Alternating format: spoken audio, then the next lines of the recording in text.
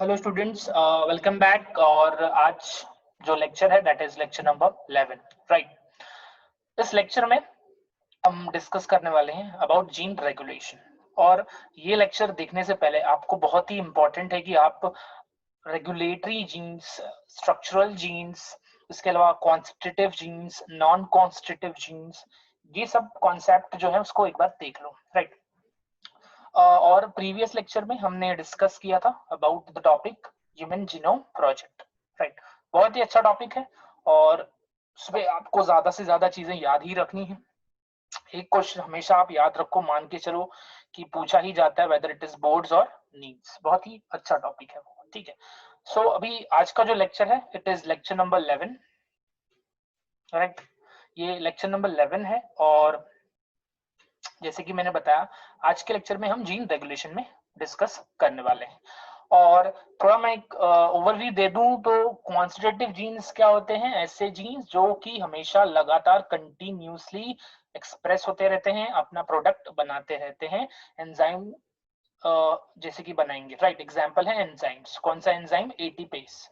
इसके अलावा non constitutive jeans जिनको बोला जाता है लग्जरी जीन्स, ये कंटिन्यूसली एक्सप्रेस नहीं होता है, ये याद रखना है, कहीं ना कहीं ऑफ भी होता है। ओके, वो ऑफ भी होगा और ऑन भी रह सकता है, राइट। तो उसमें हमने एग्जांपल देखा था inducible and repressible. Inducible genes क्या होते हैं? ऐसे जीन्स जो ऑफ रहते हैं और उनको ऑन करने के लिए एक इंड्यूसर की जरूरत पड़ती है, वो एक केमिकल होता है, राइट, एक मेटाबोलाइट होता है। और रिप्रेसिबल जीन क्या होते हैं? ऐसे जीन्स जो लगातार एक्सप्रेस होते हैं तो उनको स्टॉप करने के लिए there is what, a chemical repressor होता है जो कि उनके एक्सप्रेशन को वो स्टॉप करेगा, राइट स्टूडेंट्स। स्ट्रक्चरल जीन आप सभी को पता है स्ट्रक्चरल जीन्स क्या होते हैं, ठीक है। सो हम डिस्कस करते हैं आज का लेक्चर जीन रेगुलेशन पर। सबसे पहले जीन एक्सप्रेशन क्या होता है, ठीक है। अब जीन एक्सप्रेशन का मतलब स्टूडेंट्स याद रखना है कि जीन एक्सप्रेशन जो है it is the mechanism at a molecular level by which a gene is able to express itself in the phenotype of an organism, है ना। देखो, जीन जो है इट कोड्स फॉर प्रोटीन और एन एंजाइम, राइट। एक प्रोटीन या enzyme जो है वो बनता है with the help of the genes, right. अब आपको मैं बता दूं बहुत सिंपल तरीके से कि देखो, जीन जो है वो प्रोटीन या एंजाइम कहाँ बना रहे हैं? सेल के अंदर। बट हमको हमारे बॉडी पर कैसे पता चलता है? By the characters, right. Simple सा एग्जांपल ले लो, मसल। हमारे बॉडी में मसल है, राइट, ये एक कैरेक्टर है। ये कैसे पता चल रहा है? बिकॉज इस मसल में कौन से प्रोटीन्स हैं? Myosin and what, actin, right. So muscle cells express हो रहे हैं, अपने आप कैसे एक्सप्रेस हो रहे हैं? सेल के अंदर मायोसिन और एक्टिन बना रहे हैं। बट मुझे कैसे पता चल रहा है? बाय दिस कैरेक्टर कि मेरे पास मसल है। हेयर की बात करूं तो हेयर जो है उनके अंदर कैरेटीन है, राइट। अब ये कैरेटीन सेल के अंदर बन रहा है, बट मुझे कैसे पता चलेगा कि कैरेटीन बन रहा है? By the presence of this hair, right. तो हेयर एक क्या है? कैरेक्टर है। मसल होना क्या है? एक कैरेक्टर है। तो याद रखना है जीन क्या बना रहा है? प्रोटीन्स। और वो कैसे पता चलता है? बाय दी फिनोटिपिक एक्सप्रेशन, मतलब फिजिकल ट्रेट्स दिखाई देंगे।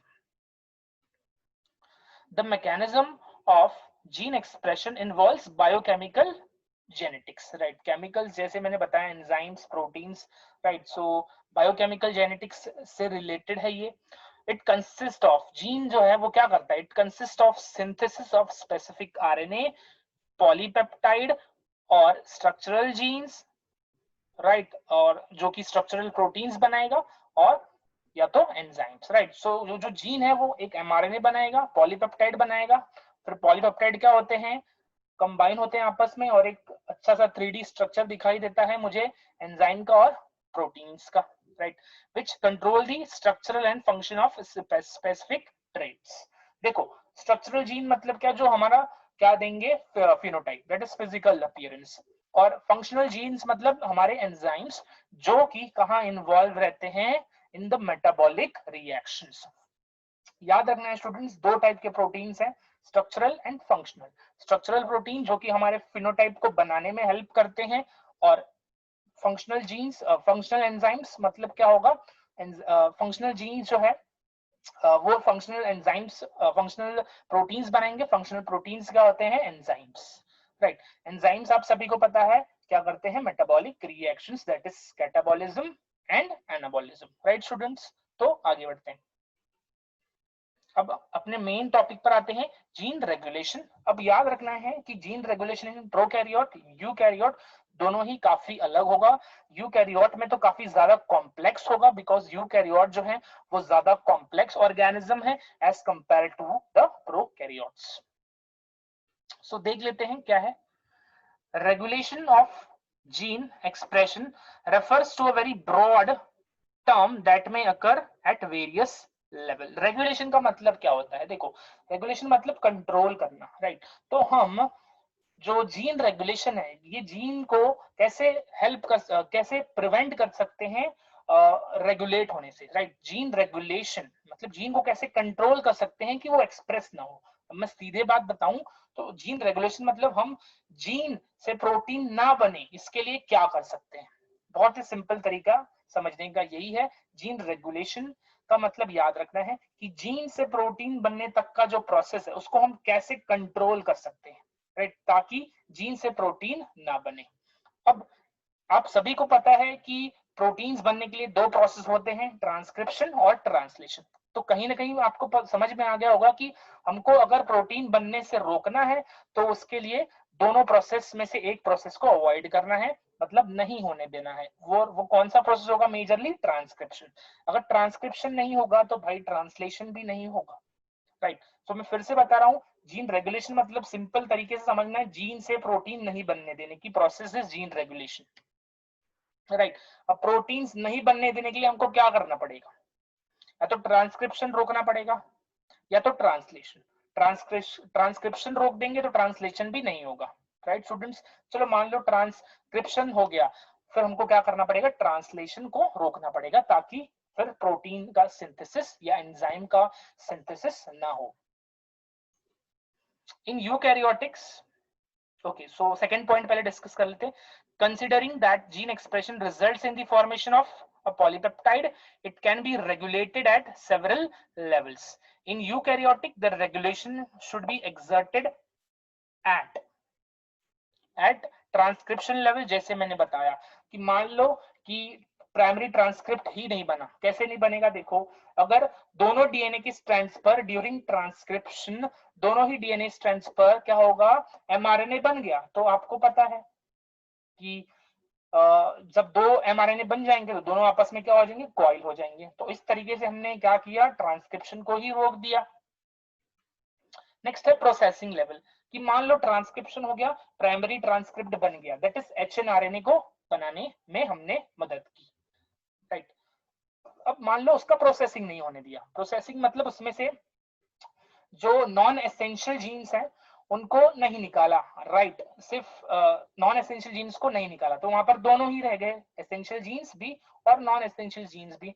बट आपको पता है कि साइटोप्लाज्म में ट्रांसलेशन के लिए सिर्फ किसकी जरूरत पड़ती है, एसेंशियल जीन्स की, कोडिंग जीन्स की, राइट स्टूडेंट्स। तो स्प्लाइसिंग नहीं होगा तो आपको पता है कि नॉन कोडिंग जीन्स भी वहां पर रह जाएंगे with the help with the coding genes, right. ऐसे प्रिवेंट हम कर सकते हैं। तीसरा है transport of mRNA from nucleus to the cytoplasm. मान लो कि प्राइमरी ट्रांसक्रिप्ट से एमआरएनए भी बन गया, स्प्लाइसिंग हो गया, कैपिंग हो गया, टेलिंग भी हो गया, बट मान लो न्यूक्लियस का पोर, न्यूक्लियस का जो पोर है वो ब्लॉक है, राइट, उसको ब्लॉक कर दिया गया है, तो क्या एमआरएनए जो कि बना है वो न्यूक्लियस के बाहर जा पाएगा, नहीं जा पाएगा, बिकॉज न्यूक्लियस के पोर्स क्या है, ब्लॉक है स्टूडेंट्स। तो जो एमआरएनए है बनने के बावजूद बाहर नहीं जा पाएगा, इसका मतलब ट्रांसलेशन नहीं होगा, प्रोटीन का सिंथेसिस नहीं होगा, राइट। अब चौथा जो है वो है ट्रांसलेशनल लेवल। ट्रांसलेशनल लेवल पर रोक सकते हैं, मान लो कि ब्लॉकिंग नहीं है न्यूक्लियर का पोर और एमआरएनए बाहर चले गया, वहां पर ट्रांसलेशन लेवल पर भी हम रोक सकते हैं। कैसे रोक सकते हैं कि एंजाइम्स ने क्या कर दिया, एमआरएनए को खत्म कर दिया, राइट, एंजाइम्स ने एमआरएनए को खत्म कर दिया, या फिर राइबोसोम्स दोनों सब यूनिट आकर बाइंड नहीं हुए एक दूसरे से, तो अगेन यहाँ पर क्या हो गया, ट्रांसलेशन रुक गया, प्रोटीन सिंथेसिस नहीं होगा, राइट। तो ये चार पाथवेज हैं, ये चार तरीके हैं जिससे हम प्रोटीन सिंथेसिस या पॉलीपेप्टाइड का सिंथेसिस को स्टॉप कर सकते हैं, राइट। पहला है फॉर्मेशन ऑफ प्राइमरी ट्रांसक्रिप्ट, इसका मतलब प्राइमरी ट्रांसक्रिप्ट ही ना बने, और ये कब होगा, जब दो एमआरएनए बनेंगे ड्यूरिंग ट्रांसक्रिप्शन, दूसरा है प्रोसेस ऑफ स्प्लाइसिंग। मान लो प्राइमरी ट्रांसक्रिप्ट बन गया बट उसमें हमने स्प्लाइसिंग नहीं कराई, right, due to any defect. तो अगर स्प्लाइसिंग नहीं कराएगी तो कोडिंग के साथ नॉन कोडिंग सीक्वेंसेस भी वहां पर रह जाएंगे, बराबर। और तीसरा है transport of mRNA from the nucleus to the cytoplasm, right. अब यहाँ पर हम कैसे प्रिवेंट करेंगे? एमआरएनए मान लो बन गया, अब वो बाहर जाने की कोशिश कर रहा है बट न्यूक्लियर पोर ब्लॉक है, तो बाहर साइटोप्लाज्म में नहीं जा पाएगा, ट्रांसलेशन नहीं हो पाएगा। ट्रांसक्रिप्शन तो हो गया लेकिन बट ट्रांसलेशन नहीं हुआ। जब ट्रांसलेशन नहीं हुआ इसका मतलब प्रोटीन सिंथेसिस नहीं होगा। चौथी चीज है ट्रांसलेशनल लेवल। याद रखना है, मान लो ट्रांसक्रिप्शन हो गया तो ट्रांसलेशन होने में अगर कहीं पर कुछ बाधाएं आ रही हैं तो प्रोटीन या पॉलीपेप्टाइड सिंथेसिस नहीं होगा। वो बाधाएं हो सकती हैं कि दो सब यूनिट राइबोसोम के बाइंड ना हो, राइट। सो इसको याद रखना है स्टूडेंट्स कि कैसे जीन रेगुलेट होता है। फिर से बता रहा हूँ, जीन रेगुलेट होना मतलब जीन से पॉलीपेप्टाइड बनने नहीं देना, that is gene regulation, simple भाषा। आगे बढ़ते हैं, अब जीन रेगुलेशन इन प्रोकैरियोटिक्स में डिस्कस कर लेते हैं। In prokaryotics the control of the rate of transcription initiation is the predominant site for the control of gene expression, है ना। देखो अब प्रोकैरियोट की मैं बात करूं तो उसमें तो तुरंत ट्रांसक्रिप्शन होकर ट्रांसलेशन होता है, बिकॉज वहां पर न्यूक्लियर मेम्ब्रेन नहीं होता है, कोई भी मेम्ब्रेन बाउंड सेल ऑर्गेनल्स नहीं होता है, राइट। सो तुरंत ट्रांसक्रिप्शन के बाद वहां पर ट्रांसलेशन होता है, तुरंत जैसे ट्रांसक्रिप्शन है ट्रांसलेशन होता है, राइट। सो वहां पर हमको जो जीन रेगुलेशन है वो कब करना पड़ेगा? जैसे ही ट्रांसक्रिप्शन शुरू हो रहा है। सो transcription initiation is the predominant site for the control of gene expression. In the transcription unit, the activity of RNA polymerase at a given promoter is in turn regulated by interaction with accessory proteins, right. RNA polymerase जो है वो कहाँ bind होता है? Promoter reason पे, right. और क्या शुरू करता है? ट्रांसक्रिप्शन। बट अगर ऐसा हो जाए कि प्रमोटर रीजन पर जाकर एक कोई प्रोटीन बाइंड हो जाए, नेसेसरी प्रोटीन्स, तो क्या वहां पर आरएनए पॉलीमरेज बाइंड होगा? नहीं होगा। तो अगर बाइंड नहीं होगा आरएनए पॉलीमरेज प्रमोटर रीजन पर तो क्या ट्रांसक्रिप्शन होगा? नहीं होगा, राइट स्टूडेंट्स। तो याद रखना है कि अगर मैंने एक प्रोटीन या एसेसरी प्रोटीन्स को प्रमोटर रीजन पर बाइंड किया, हम बात कर रहे हैं प्रोकैरियोट्स की, अगर प्रोटीन्स एसेसरी प्रोटीन्स को मैंने बाइंड करवा दिया प्रोटीन प्रमोटर रीजन पर, तो वहां पर आरएनए पॉलीमरेज तो नहीं जा पाएगा ना, क्योंकि ऑलरेडी एक चीज बाइंडेड है। इसका मतलब प्रोकैरियोट में ट्रांसक्रिप्शन नहीं होगा। These regulatory proteins can act as both positively and negatively. तो यहाँ पर ये प्रोटीन की बात की जिसको एसेसरी बोला, एसेसरी को ही हम क्या बोलेंगे? रेगुलेटरी और रिप्रेसर, रेगुलेटरी और रिप्रेसर, राइट। इसका पॉजिटिव असर भी हो सकता है और इसका नेगेटिव असर भी हो सकता है ऑन द मेटाबॉलिज्म, राइट। आगे अभी हम पढ़ेंगे उसके बारे में। The functioning of operator depends upon the protein product. तो याद रखना है the functioning of operator, right, depends upon the protein product.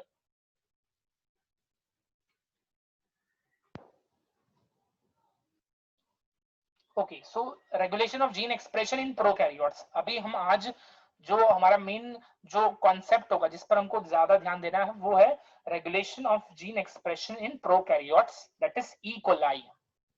So from the number of studies from the number of studies on the metabolism of bacterium E. coli, two French scientists, Jacob and Monod, in the year 1961, year and the name of the two scientists याद रखना है, found that the genetic material possess regulated gene units called operons, right. operons एक नया term है जो आप लोग आज सुनने को मिल रहा है, राइट स्टूडेंट्स। सो ओपेरॉन क्या होता है स्टूडेंट्स? लेट्स सी।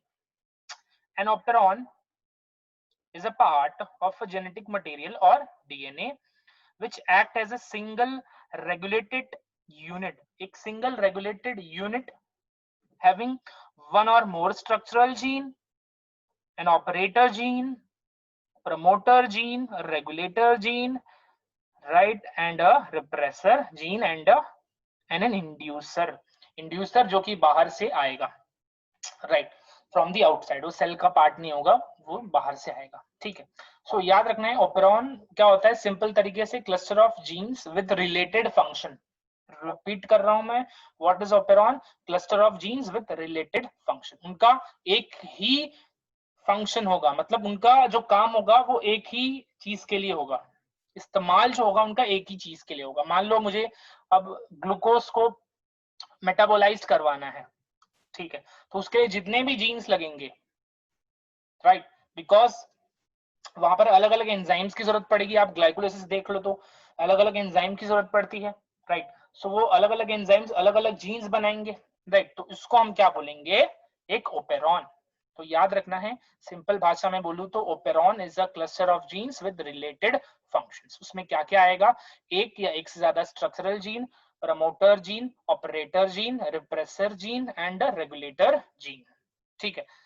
चलो आगे बढ़ते हैं। तो यहां पर आपको दिखाई दे रहा है साफ साफ, ओके।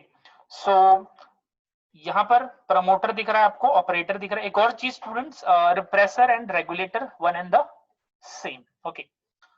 सो रेगुलेटर यहां पर आपको दिखेगा, प्रमोटर है, ऑपरेटर दिख रहा है, स्ट्रक्चरल जीन दिख रहा है। अब यहां पर आपको A B C D 4 structural gene दिख रहा है, राइट, जो कि क्या करेंगे, ट्रांसक्रिप्शन करेंगे, ट्रांसलेशन करेंगे, 4 अलग अलग एंजाइम्स बनाएंगे, मतलब प्रोटीन्स हैं। तो उनका ये चारों एंजाइम्स का एक ही प्रोसेस के लिए क्या होगा, इस्तेमाल होगा, दैट इज ओपेरॉन। तो ये सारा ये एक पूरा ओपेरॉन है, राइट स्टूडेंट्स, ओके। आगे बढ़ते हैं।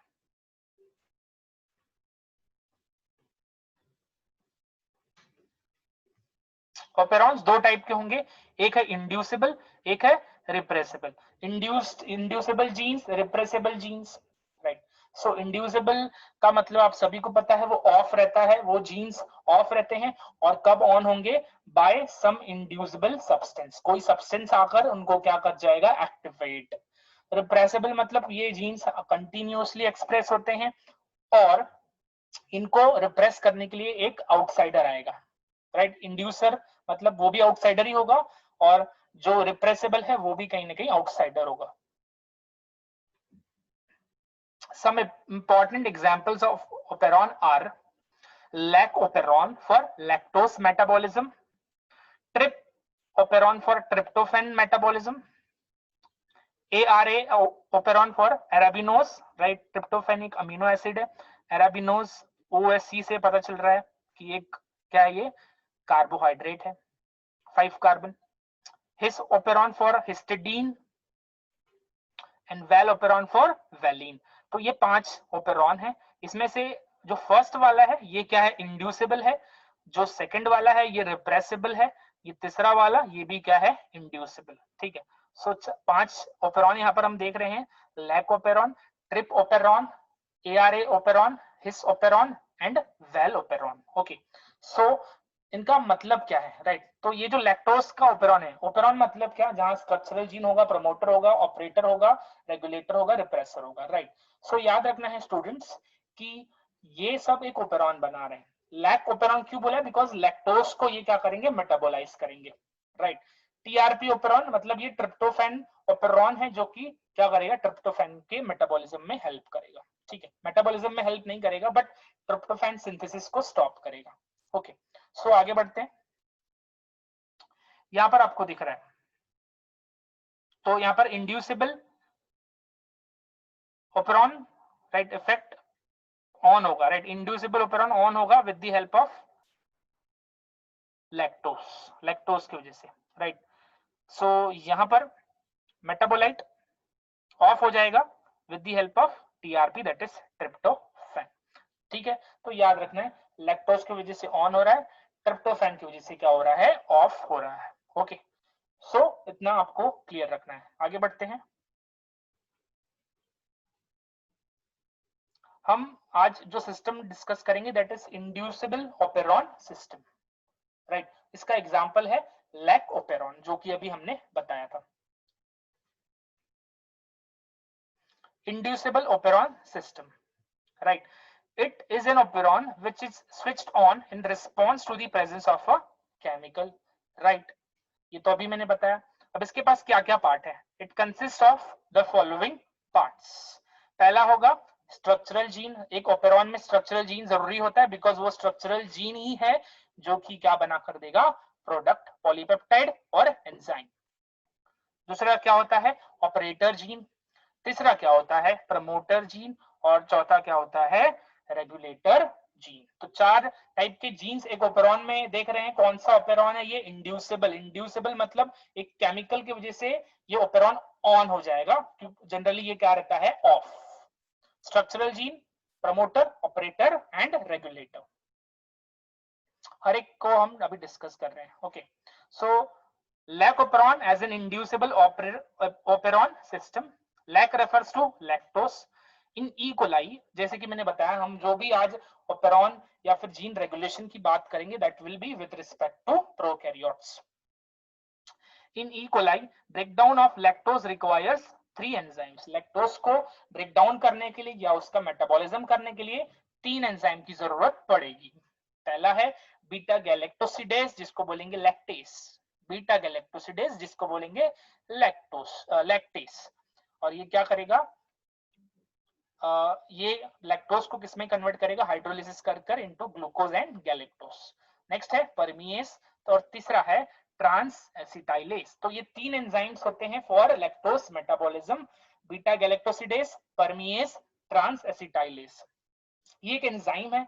तो ऑल एंजाइम्स आर प्रोटीन्स, तो कहीं ना कहीं इनको बनाने वाला क्या होगा? एक स्ट्रक्चरल जीन। एक स्ट्रक्चरल जीन मतलब हर एक के लिए एक एक, तीनों अलग एंजाइम है ना, तो तीनों के लिए अलग अलग स्ट्रक्चरल जीन होगा।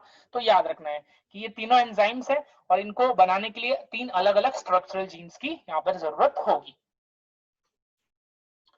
These enzymes are synthesized together in a coordinated manner by functional DNA, that is lac operon. Functional DNA क्यों बोला है? Enzymes क्या होते हैं? They are the functional proteins. Addition of lactose causes the production of required enzyme. इसका मतलब देखो, lactose क्या है? ये एक केमिकल है जो लैक ओपेरॉन को इंड्यूस कर रहा है, राइट? यहाँ पर यही लिखा हुआ है ना, एडिशन ऑफ लैक्टोज। जब लैक्टोज को ऐड करोगे तो क्या होगा? Production of all the required enzyme, है ना? तो यहाँ पर लैक्टोज क्या हुआ? एक इंड्यूसर हुआ, राइट? वो क्या कर रहा है? वो लैक ओपेरॉन के पूरे सिस्टम को क्या कर रहा है? ऑन करने में हेल्प कर रहा है। Hence it is called inducible operon system. Inducible operon system क्यों कहा जाता है?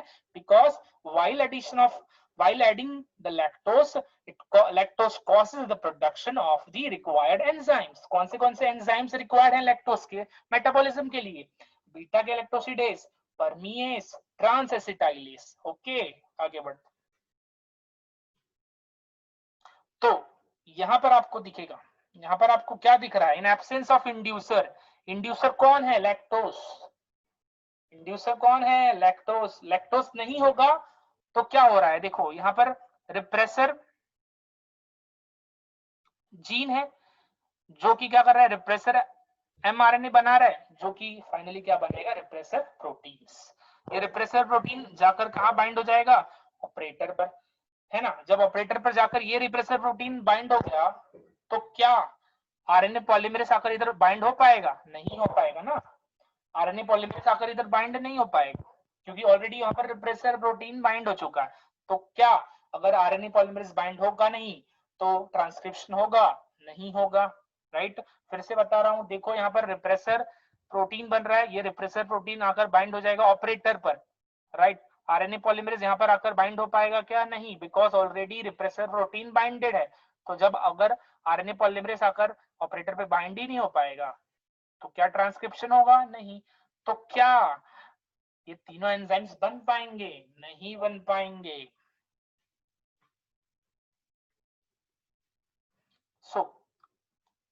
अब ओपेरॉन का हमने देखा, उसमें स्ट्रक्चरल जीन है, ऑपरेटर है, प्रमोटर है, रेगुलेटर्स है, राइट? सो हर एक चीज को हम अच्छे से स्टडी करते हैं with respect to lac operon. Lac operon of E coli contains 3 structural gene, है ना? 3 स्ट्रक्चरल जीन क्यों है? बिकॉज 3 टाइप्स के एंजाइम बन रहे हैं, बीटा गैलेक्टोसिडेज, ट्रांस एसिटाइलेस, परमिएस। तो 3 स्ट्रक्चरल जीन्स कौन से हैं?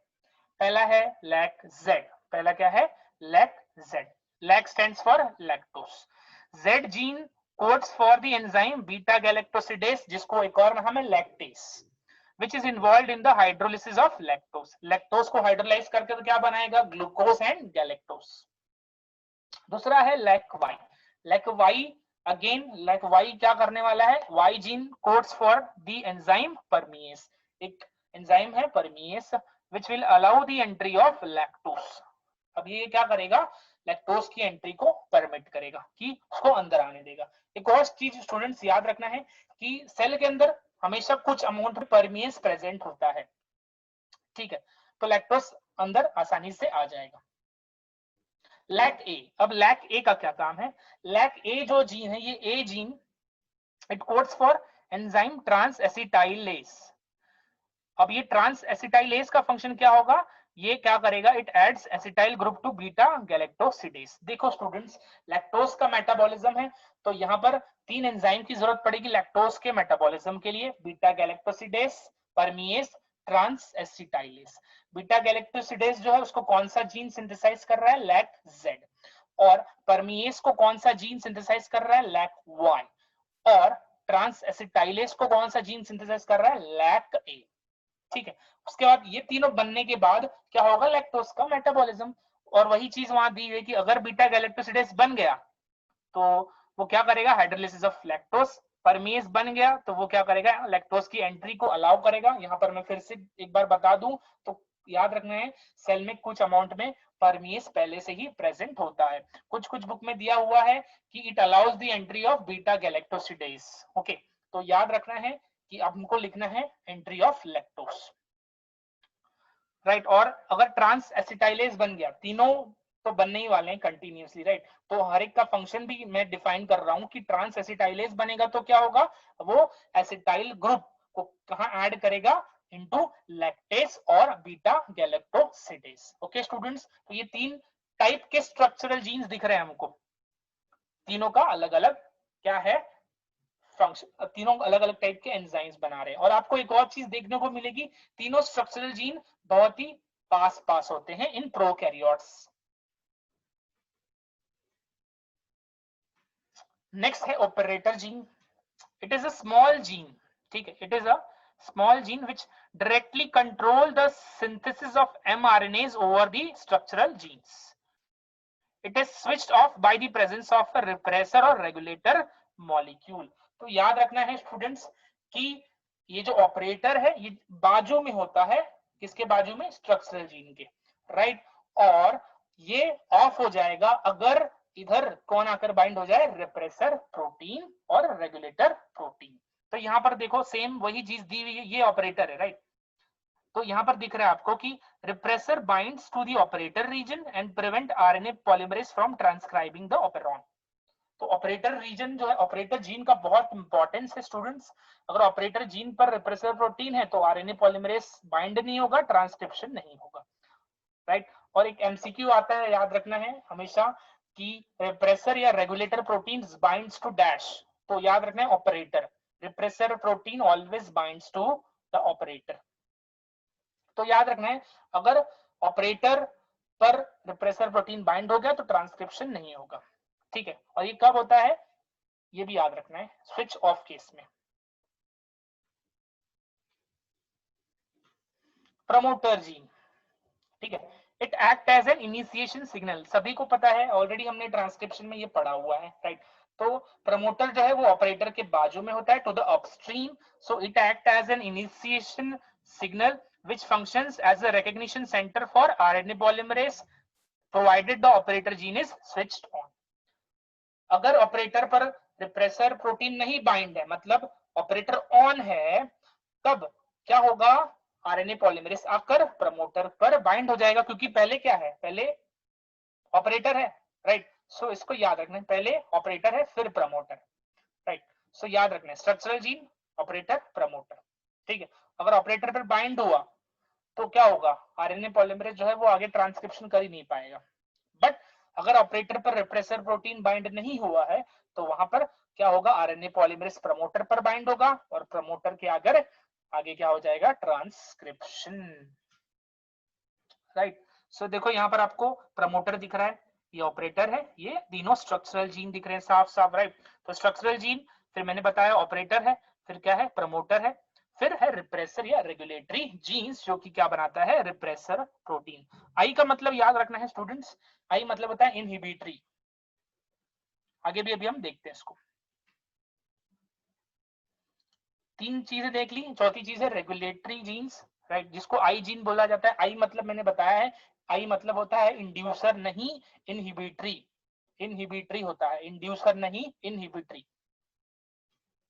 The gene produces a repressor proteins that binds to the operator region and stop working of the later। जैसे ऑलरेडी मैंने बता दिया है, रिप्रेसर प्रोटीन बनता है जो ऑपरेटर को बाइंड होगा, और ये कौन से केस में होगा, जब ऑफ है, जो ऑपेरॉन है वो ऑफ है, ठीक है। It is a constitutive gene which is functionally always. हमेशा ये क्या होता है, लगातार ये प्रोटीन बनता है, रिप्रेसर जीन रिप्रेसर प्रोटीन लगातार बनाता है, इसलिए it is an example of housekeeping genes, also called constitutive genes. अब रिप्रेसर होता क्या है, it is a proteinaceous substance synthesized by a regulator gene, already बताया है, right. Repressor is meant for blocking the operator gene, मैंने already बता दिया, repressor का काम होता है ऑपरेटर पर जाकर बाइंड होना ताकि ट्रांसक्रिप्शन ना कर पाए RNA polymerase, so that the structural genes are unable to form mRNA. So the structural genes are unable to form the mRNA. Same है डायग्राम, आपको काफी इजीली समझ में आ रहा है। अब हम मैकेनिज्म पर आते हैं, ठीक है, ये कैसे हो रहा है। एग्जांपल लेना है ई कोलाई सेल, दो कंडीशन लेंगे। पहला कंडीशन है जब ग्लूकोज यूज कर रहा है E coli as a energy source, जब ग्लूकोज ई कोलाई यूज कर रहा है एज अ एनर्जी सोर्स। तो ग्लूकोज जब यूज कर रहा है तो क्या लैक्टोज वाले एंजाइम की जरूरत पड़ेगी, नहीं पड़ेगी। तो मतलब इस केस में ये जो जी एंजाइम्स है, beta galactosidase, trans acetylase, permease, इनके जो जीन्स हैं lac Z lac Y lac A, ये कौन से स्टेट में होंगे, ऑफ, क्योंकि यहाँ पर हम सेल को लैक्टोज नहीं दे रहे हैं, हम सेल को ग्लूकोज दे रहे हैं। तो जीन क्या हो रहा है, रेगुलेट हो रहा है, कब कौन सी चीज आ रही है उस हिसाब से डिसाइड हो रहा है कि क्या चीज अंदर बननी चाहिए, राइट स्टूडेंट्स।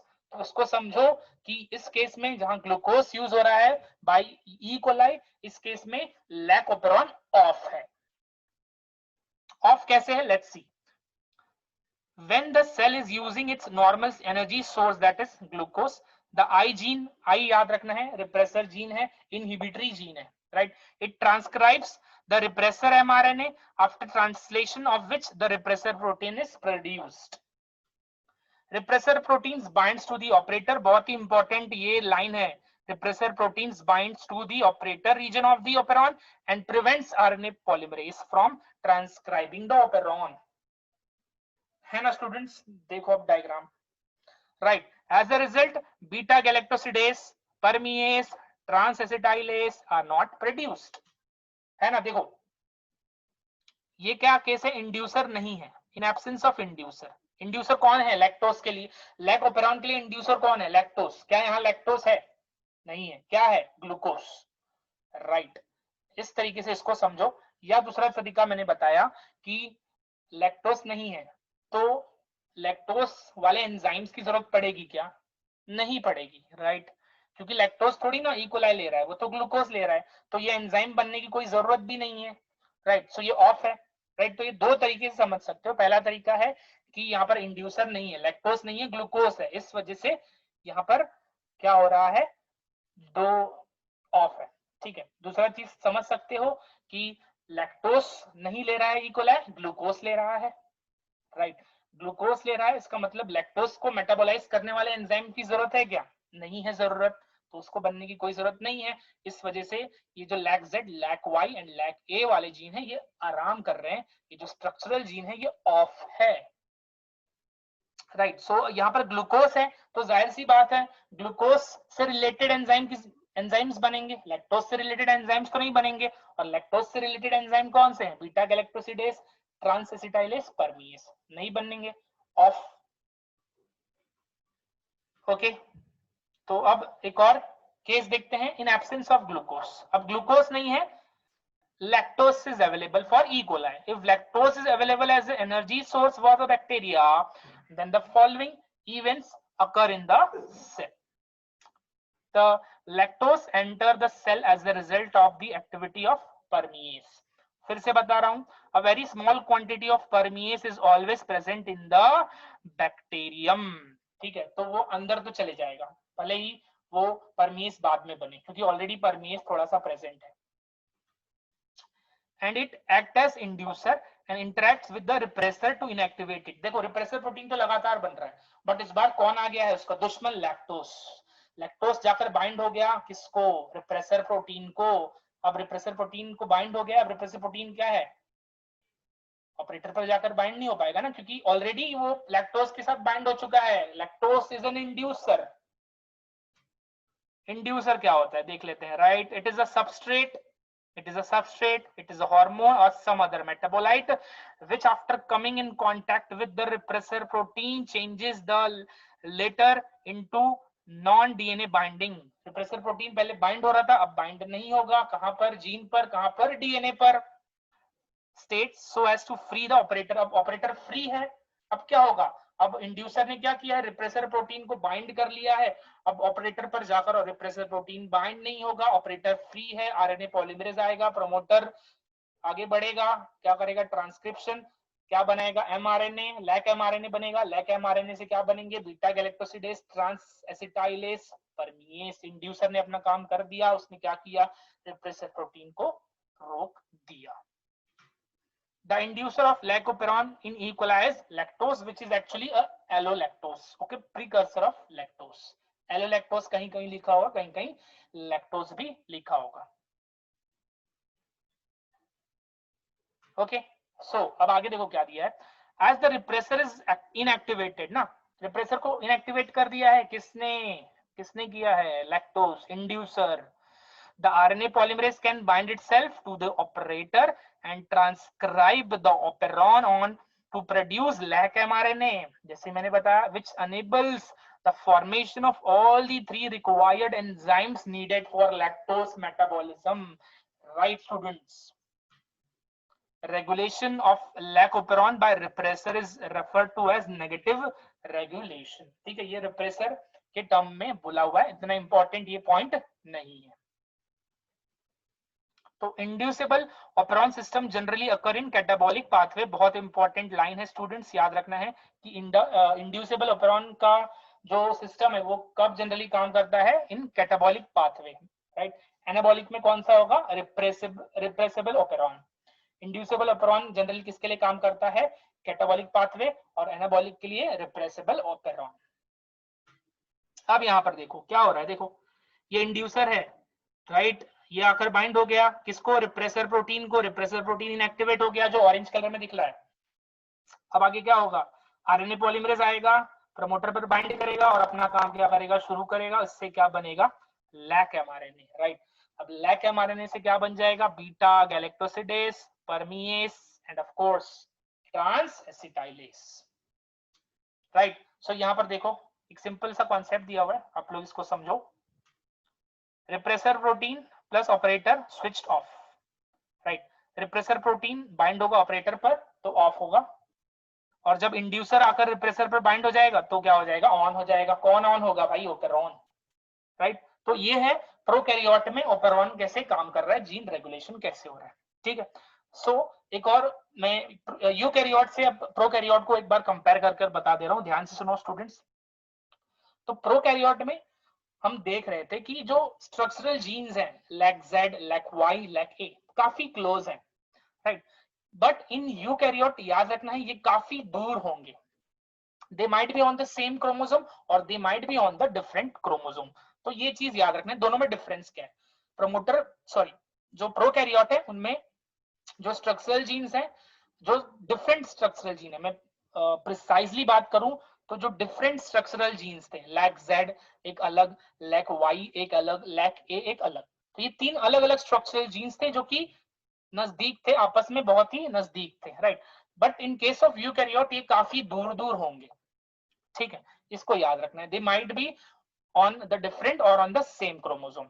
ठीक है, दूसरी चीज याद रखना है कि आपने देखा कि एक ये जो डिफरेंट डिफरेंट टाइप के स्ट्रक्चरल जीन्स है, इनके लिए एक ही प्रमोटर है। प्रोकैरियोट में देखा हमने 3 स्ट्रक्चरल जीन्स के लिए एक प्रमोटर था, whereas in the case of eukaryotes याद रखना है एक स्ट्रक्चरल जीन के लिए एक प्रमोटर होता है इन यूकैरियोट। तो इसको इसीलिए बोला जाता है मोनोसिस्ट्रॉनिक। यूकैरियोट में क्या होता है, मोनोसिस्ट्रॉनिक, बिकॉज एक स्ट्रक्चरल जीन के लिए एक प्रमोटर होता है। Whereas case of prokaryote 3 structural gene के लिए हम देख पा रहे हैं एक प्रमोटर है, तो इस कंडीशन को बोलेंगे पॉलीसिस्ट्रॉनिक।